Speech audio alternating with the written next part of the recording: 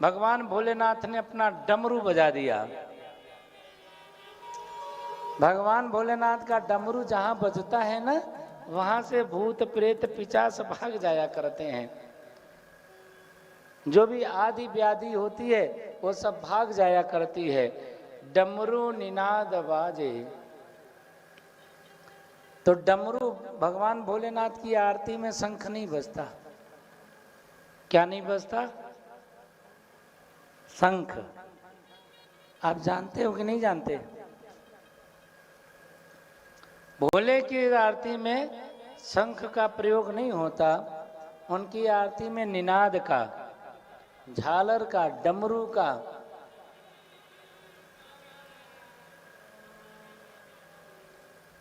नाद का, तुरई का, इन सारे वाद्यों का, मृदंग का प्रयोग किया जाता है। और भगवान भोलेनाथ ने डमरू बजाया।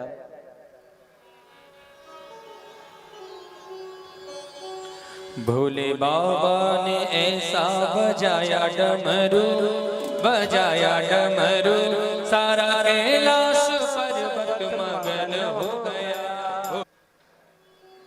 भगवान शंकर कैलाश पर पहुंच करके डमरू बजा देते हैं।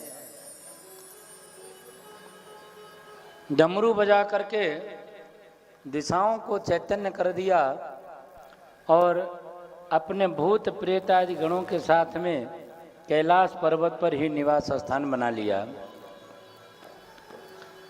बगल में अलकापुरी कुबेर की राजधानी है। कुबेर को पता लगा। कुबेर ने भगवान को आकर के बड़ा स्वागत किया, भगवान का सम्मान किया और प्रतिदिन भगवान शिव की भक्ति में, उनकी सेवा शुश्रूषा में तत्पर रहने लगा। अनवरत भगवान शिव की भक्ति में रत हो गया। जीवन आनंदमय हो गया। उसने भगवान को मांगा था, इसलिए भगवान काशी से चल करके कैलाश पर आज कुबेर के पास में रहने के लिए आए। ये भक्त की भक्ति है। लोग कहते हैं भगवान हमसे रूठ गए, भगवान हमारी सुनते नहीं, लेकिन एक भक्त ये भी है जिसके 3 जन्म की कथा आप लोगों को कल श्रवण कराया था। पहले जन्म में ये चोर था,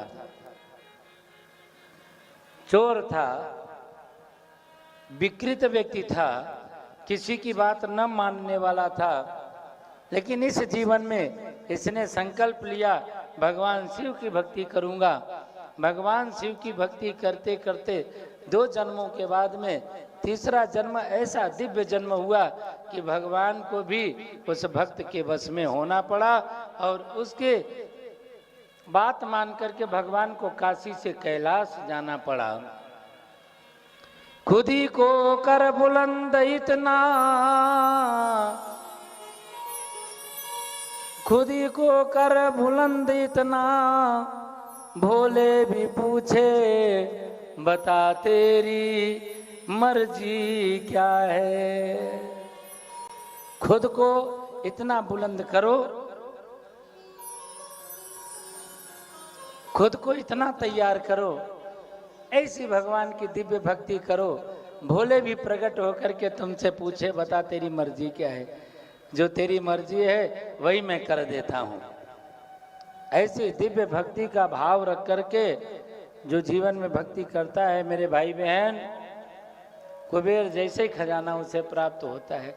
अच्छा चलो, कुबेर जैसा खजाना मिले न मिले, लेकिन भगवान भोलेनाथ की भक्ति करने वाला खजाना तो पा ही जाता है, उसे खजाना मिल जाया करता है।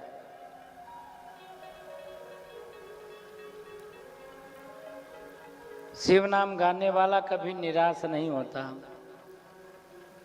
शिव नाम से है जगत में उजाला। शिव नाम से ही संसार में उजाला है ना, प्रकाश है। शिव नाम के ही प्रभाव से हम सब लोगों को रोशनी मिलती है। शिव नाम के प्रभाव से ही जीवन में उत्सव आया करता है। तो शिव नाम ही हम लोगों को बहुत से तारने वाला होगा। तो शिव नाम गाते रहो, शिव की आराधना उपासना में रत रहो।